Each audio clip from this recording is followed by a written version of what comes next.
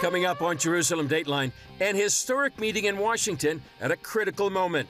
Prime Minister Netanyahu and President Trump hash out trade details and strategize on how to fight enemies in the Middle East. Plus, finally coming home, dozens of French Jews make Aliyah. And the organization Passages, busting stereotypes, helping Christian college students see Israel for themselves. All this and more coming up on this edition of Jerusalem Dateline. Hello and welcome to this edition of Jerusalem Dateline. I'm Chris Mitchell.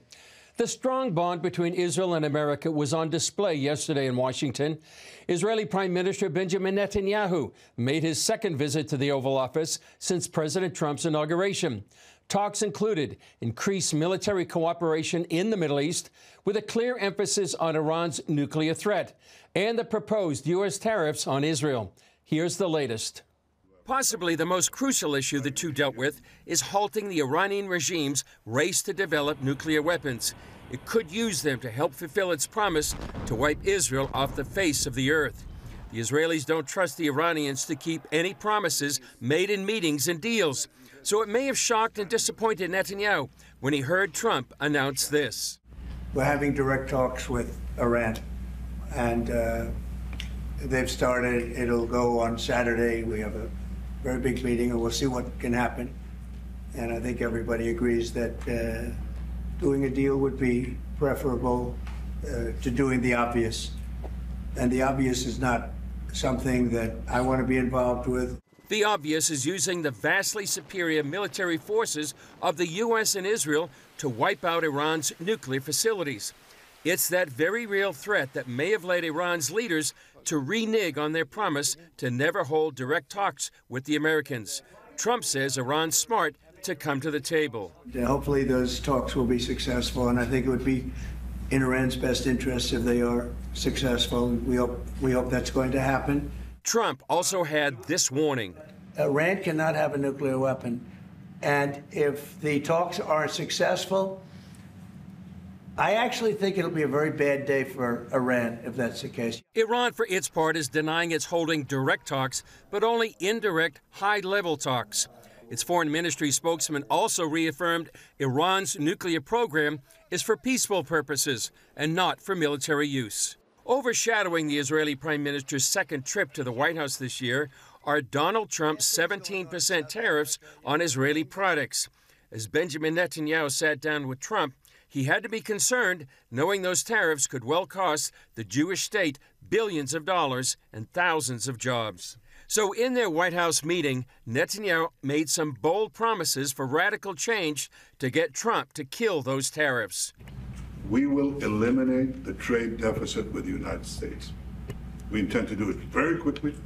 We think it's the right thing to do. And we're going to also eliminate trade barriers. Variety of trade barriers that have been put up unnecessarily. Iran's nuclear threat is growing as it steps up its production of enriched uranium. The IAEA says it's just a short step away from having enough weapons-grade material for 5 or 6 nuclear weapons. The concern over Iran intensified when Israeli Defense Minister Israel Katz revealed intercepted Hamas internal documents that link Iran to the October 7th terror attacks launched by Hamas. Katz says the documents found in a Hamas tunnel prove Iran financed Hamas's plan to annihilate Israel. The terror group's slain former leaders, Yahya Sinwar and Mohammed Deif, asked a top Iranian military commander for $500 million. As Katz put it, this is definitive proof of Iran's support for Hamas's plan to destroy Israel and for the October 7th massacre. Under the heading, The Destruction of Israel, the letter appealed for the money to uproot this deformed entity, Israel, and meet in a liberated Jerusalem. Also, in a show of military coordination, the U.S. has quietly transferred another THAAD missile battery to Israel, one of its most advanced air defense systems. American officials say the move is intended to protect against a possible retaliatory strike from Iran if the U.S. and Israel decide to target Iran's nuclear facilities directly. U.S. military threats may also be leading Iranian-backed proxies in Iraq to back down. Reuters reports several Iraqi militias are ready to lay down their arms after U.S. officials warned Baghdad they might be targeted for attack. The White House meeting comes at a critical moment, with both nations weighing the risks of confronting Iran and the cost of inaction. Netanyahu's visit could shape the next steps in the region, diplomatically, militarily, and even prophetically. Since resuming ground operations in Gaza last month, the IDF has taken out hundreds of Hamas targets. The goal is to pressure Hamas to release the remaining hostages. It's a high-risk campaign, and Gary Lane spoke about it with JNS Editor-in-Chief Jonathan Tobin on the CBN program, The Global Lane. Remove Hamas and release all the remaining hostages or face a large-scale evacuation and military operation. That ultimatum for the Palestinians from Israeli Defense Minister Israel Katz, who warns Operation Strength and Sword is about to crush Hamas once and for all and seize large areas of Gaza to expand Israel's security zone. Well, joining us with more is Jewish News Syndicate Editor-in-Chief Jonathan Tobin. Jonathan, it sounds like the IDF means serious business this time with Operation Strength and Sword. So won't this risk the lives of the remaining hostages? Many of their family members, I'm sure, are concerned about this operation. It's possible that that is true. This is a very difficult dilemma for Israel. Because it does, there is strong support within Israel, and the intention of the Israeli government as well is to do everything it can to save and get those hostages out. On the other hand, Hamas has no real intention of seriously negotiating their release without ensuring their survival as being in power in Gaza. That which presents an ongoing threat of more terrorism, more October 7th style attacks on Israel. And that just means more Israelis being put in harm's way, as well as, quite frankly, the West in general, because Hamas, it views all of the West, the United States too, as their enemies. Well, it doesn't seem like the Palestinians want Hamas to remain in power. We saw massive protests recently against Hamas, and then we learned that 22-year-old Uday Nasser el-Rabi, who participated in those protests, was kidnapped and beaten, tortured for hours with clubs and metal rods, and stabbed to death with screwdrivers. So what more can you tell us about that, and how are the Palestinians reacting to this atrocity committed by Hamas against one of their own? Well, it's not clear exactly where Palestinian public opinion stands right now. Hamas has retained the support of most of the people under its control, and as well as in Judea and Samaria, the West Bank, because, a generation of Palestinians has been indoctrinated into the idea that their only purpose is to wage war against Israel and against Israel's existence. But their suffering in Gaza is immense. And it's clear that many Palestinians in Gaza would like not to be be living in these conditions. They want the war to end. Hamas cannot allow the war to end on any terms, but with them winning, with them holding on to hostages, with them remaining in power. That's incompatible with Israeli security and, quite frankly, with the safety of Palestinians as well. It's not clear how many Palestinians really are taking to the streets or willing to resist Hamas. But the one thing we know for sure is that Hamas will suppress any dissent, any attempt to overthrow it from within with everything that it's got, because that's how totalitarian regimes work. That's how Islamist regimes work. That's how their patrons in Iran, the Ayatollahs, the people who run the tyrannical regime in Iran, that's how they retain power. Well, let's talk about Iran. President Trump's making headlines in a war of words with Iran. He says there will be bombing of Iran if the Ayatollah doesn't negotiate a nuclear deal. And then the Ayatollah responded, calling for the destruction of Israel, threatening to deliver a strong blow against the U.S. So are these just wishful thinkings on the part of weakened Iran, or do they have the capability to do real harm here? Well, one should never underestimate the ability of the world's leading state sponsor of terror to inflict some pain on the rest of the world. They're veterans at that. But they are much weakened Their allies in their auxiliaries in Lebanon, Hezbollah, have been much weakened. The regime in Syria, which was their ally, has been taken out. The Houthis in Yemen, although they're still firing missiles, they're under fire from the West and from Israel. They're in not a strong position. Moreover, they no longer have a weak government in the United States, in Washington, that seeks to appease them.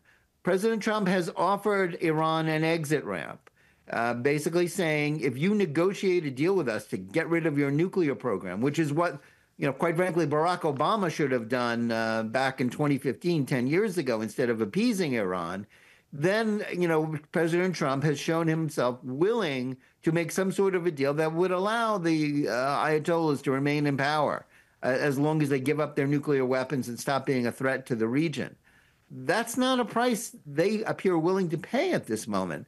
Times have changed. They are much weakened, and it's time for them to take that into account. And if they don't, it will go hard on them. Well, we keep hearing about sleeper cells, Iranian terrorists inside the U.S. So how concerned should we be about that? Well, we should never not be concerned. I don't know how real that threat is. I have to hope that our intelligence services in the United States are focused on that and that they are prepared. Too often our intelligence services have been focused on other things. Quite frankly, if they do something like that, they should expect the worst from the United States. So I think, I think the Iranians, despite their bluster, they understand they're dealing with, as Vice President J.D. Vance says, a new sheriff in town.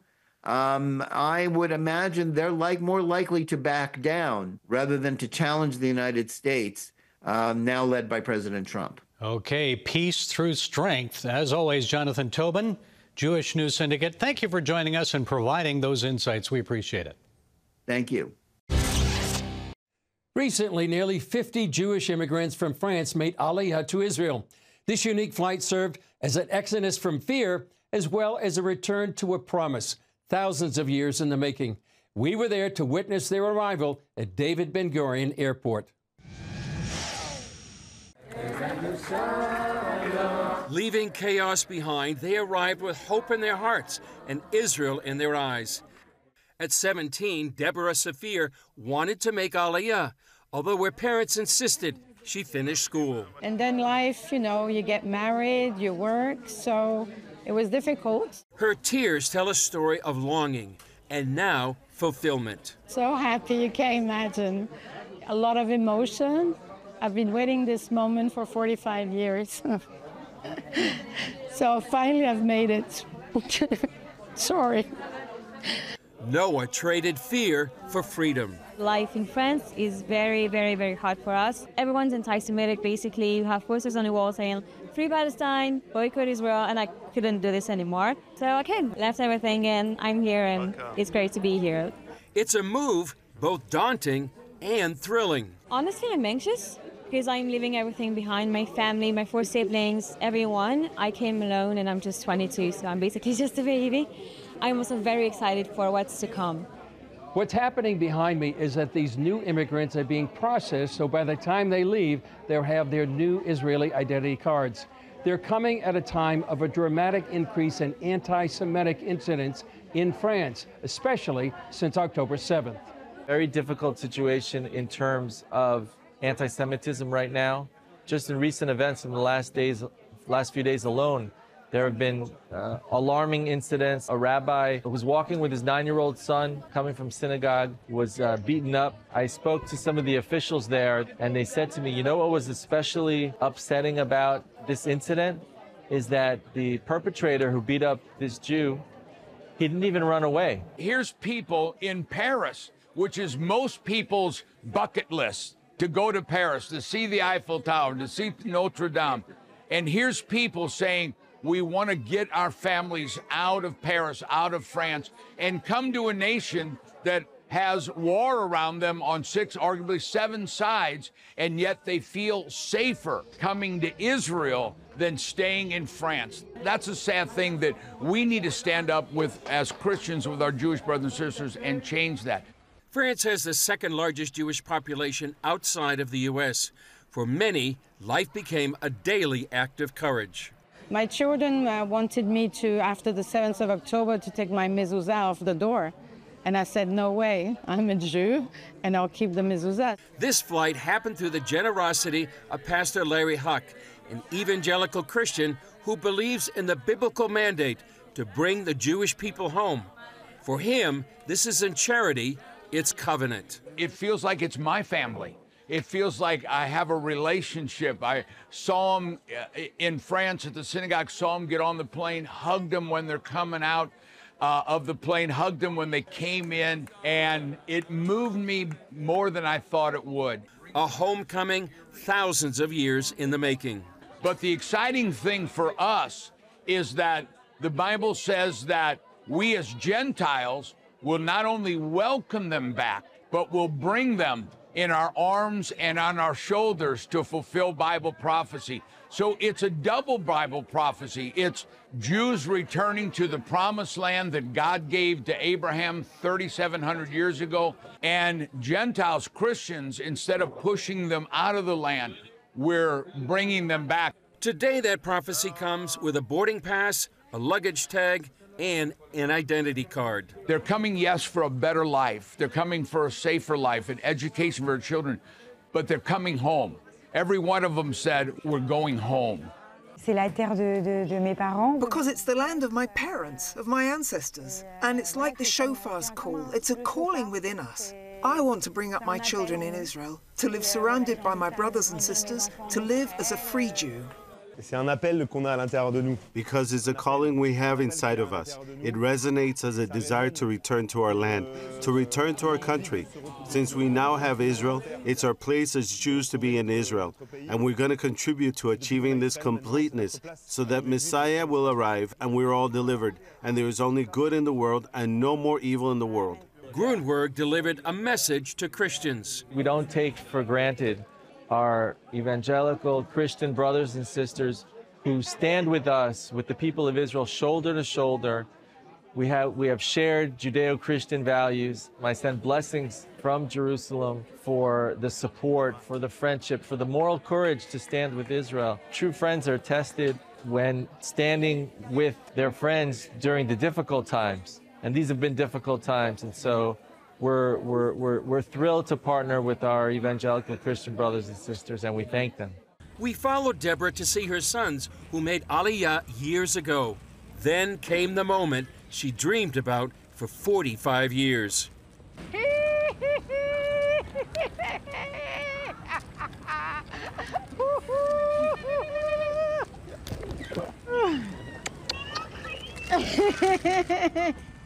Great, I mean, amazing. We were waiting for this for years and now it's happened, so congratulations, Mazal Tov. We're really happy to see her here.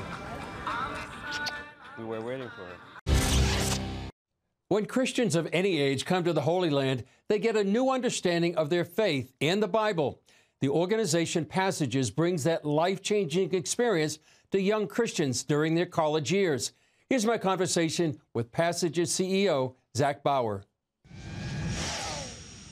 Zach Bauer, you're the new CEO of Passages. Great to be with you here in our studio in Jerusalem. First of all, tell people who may not know, what is Passages? Passages was founded back in 2015, and our goal was to send Christian students to Israel on a 9-day trip to expose them to modern-day Israel and to grow in their faith. And over the last few years with COVID and 10/7, we've had to adapt to a new reality. And after what we saw on college campuses and the aftermath there, we are really focusing on advocacy and really want to train our students up to become effective pro-Israel advocates through a trip to Israel. Mm-hmm. And it's a challenge, but we're ready to undertake it. Yeah. So you have a group here now in the land. Yes. What kind of reaction are you getting from the students? It's been incredibly encouraging, to tell you the truth. We had 3 buses in the last week, all from Ivy League schools, and seeing them witness Israel for the first time through their eyes was incredibly encouraging. And for this summer, we have 12 more buses coming. The buses are already filled up. Recruitment is telling me that there are people knocking on the door trying to still come, and we don't have the spots for them, which is definitely a change from the past year. And you're running into Israelis as you go, and this is obviously during a time of war.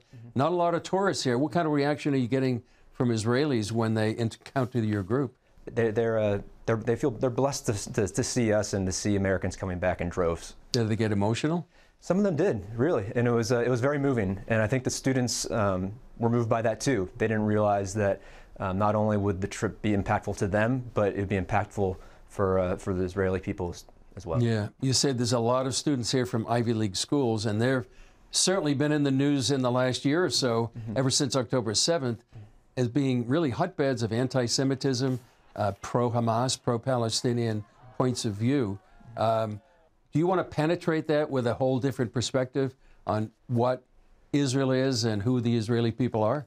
Yeah, absolutely right. Part of our strategy is to educate and equip our students with the knowledge and the facts that they can go back into their schools and communities and push back against the nonsense that's being spewed by whether it's professors or fellow students, and just tell them, you know what, I actually was in Israel. What you're saying about Israel and the Jewish people is completely untrue. And giving them that information is going to make them stronger advocates for Israel. That's part of what we're trying to do here. And if people, I guess you're sold out for this summer, but if people want to learn more about Passages and get involved, what can they do? Then go to our website, passagesisrael.org, and there's our homepage is there. We give updates on our trips. We have ways to support us. We have dates in the future of when our trips are coming up and how to apply. If you or a family member would be interested in applying, we'd love to have you join us in the future. Ukrainian immigrants Valeria and Alexei came to Israel for safety, but when war came to their doorstep again, they needed a helping hand.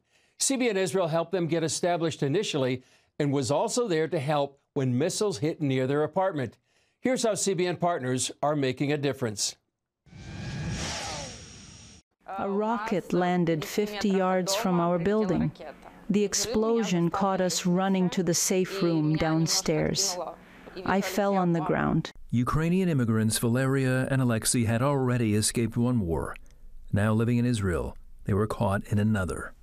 When we got to the safe room, I saw that Alexei's dad was bleeding. Alexei was also cut. They were small wounds, but it was scary. All the windows were blown out. The furniture we bought was damaged. I was crying because I was very scared. The glass here exploded as we were running. My dad was wounded in the stomach. Fortunately, they survived. However, the apartment and what little they had was severely damaged from the rocket. I was shocked and scared. I was upset when I realized that we needed to start again from the beginning. The family's first new beginning came when they immigrated to Israel in 2023. They moved into an unfurnished apartment. Most everything they had, they left behind in Ukraine. A friend suggested they contact CBN Israel for help. We decided to write to CBN asking if they could help us. CBN helped us buy a new refrigerator and a sofa that we had wanted for a long time. Now, with rocket damage a year later, CBN was there for them again.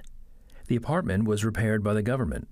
And thanks to you, CBN Israel replaced the furniture, provided them with groceries, cooking utensils, and a new vacuum cleaner, allowing them to move back in. I was very surprised that there are such people who are ready to donate to strangers. In our time, I would say that is a miracle.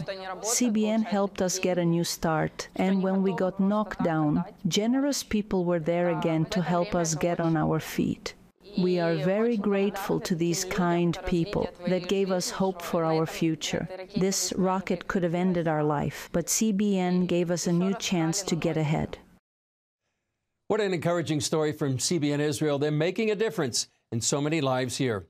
Well, that's all for this edition of Jerusalem Dateline. Thanks for joining us. You can follow us on social media, and you can access CBN content through our CBN News and other CBN apps. Don't forget to sign up for our email blasts so you can receive updates on breaking news. And please keep praying for Israel during this time of assault, for the protection of IDF soldiers and all those caught in harm's way, and for the safe return of all the hostages. I'm Chris Mitchell. On behalf of all of us here at the Jerusalem Bureau, we'll see you next time on Jerusalem Dateline.